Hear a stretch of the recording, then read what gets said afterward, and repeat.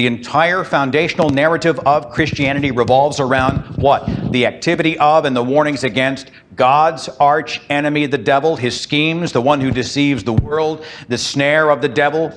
He comes to steal and kill and destroy, and the whole world lies in his power. Recently, mega evangelist Billy Graham talked about Satan's ability to deceive. We should never think he is not to be feared. The warnings about the end times remain a huge part of Christianity's final chapter, the book of Revelation, still taught as if we live in the end times and the end is near. We got exorcisms still going on across the planet. This guy alleged to have done more than 10,000. He passed away a couple years ago. More than 10,000 conducted by himself personally. According to his account, we see stories of people who were harmed or even killed through these exorcisms and various incarnations. What about rock music? The warnings about Satan in rock music, you think that's 80s? You think that's 90s? This is Texas megapastor John Hagee from just 3 years ago from a sermon he called "If I Were Satan." I've had parents explain to me, well, I let my teenager listen to rock music because that's all he'll listen to. Let me tell you, so the lyrics to real rock music is nothing more than satanic cyanide. Get it out of your house, throw it out, and burn it. It has no place in the house of the righteous. Now, I can see the occasional temptation to burn an album. I mean,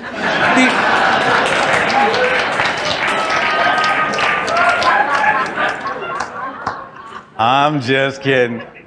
I got nothing against Nickelback. They're just a great punchline. Okay, they're just a great punchline. Why are Christians so freaked out by our friend Lucian Greaves of the Satanic Temple?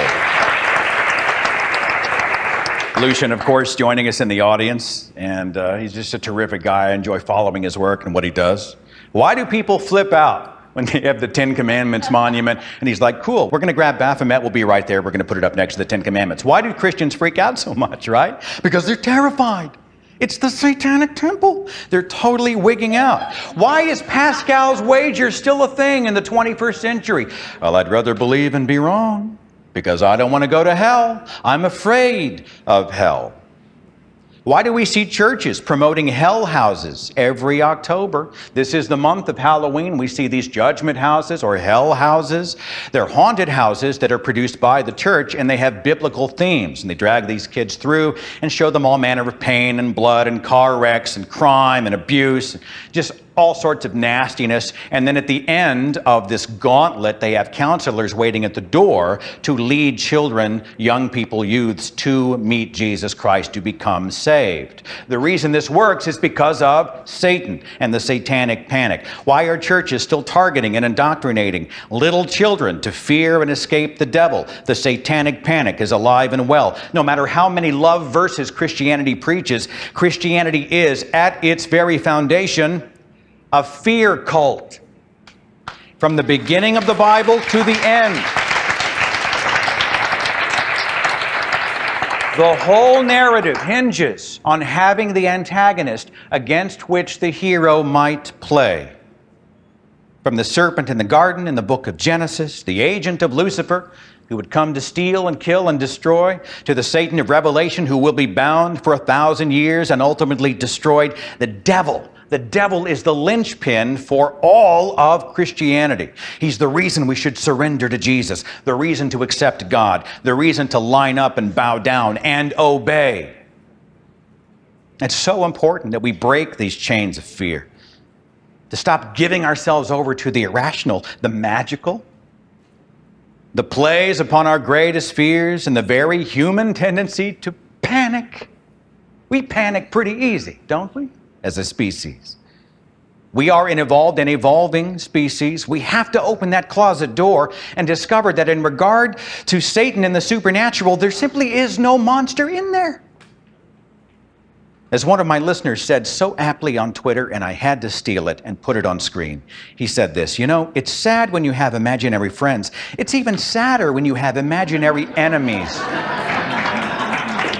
Right? For years, for decades, my friends, for decades, fear controlled me. It controlled me. Until thankfully, like so many of you, with the help and encouragement of others, you know, I found some amazing books at the right time, and I found some online communities at the right time, and I was reminded I wasn't alone in my questions at the right time. And, you know, thanks to many wonderful activists who helped me at a critical moment at that time, I was able to sort of turn my back on what is arguably religion's most powerful weapon, fear. How old were you? I finally left Christianity and called myself an atheist in 2008. I was 38 years old. Now,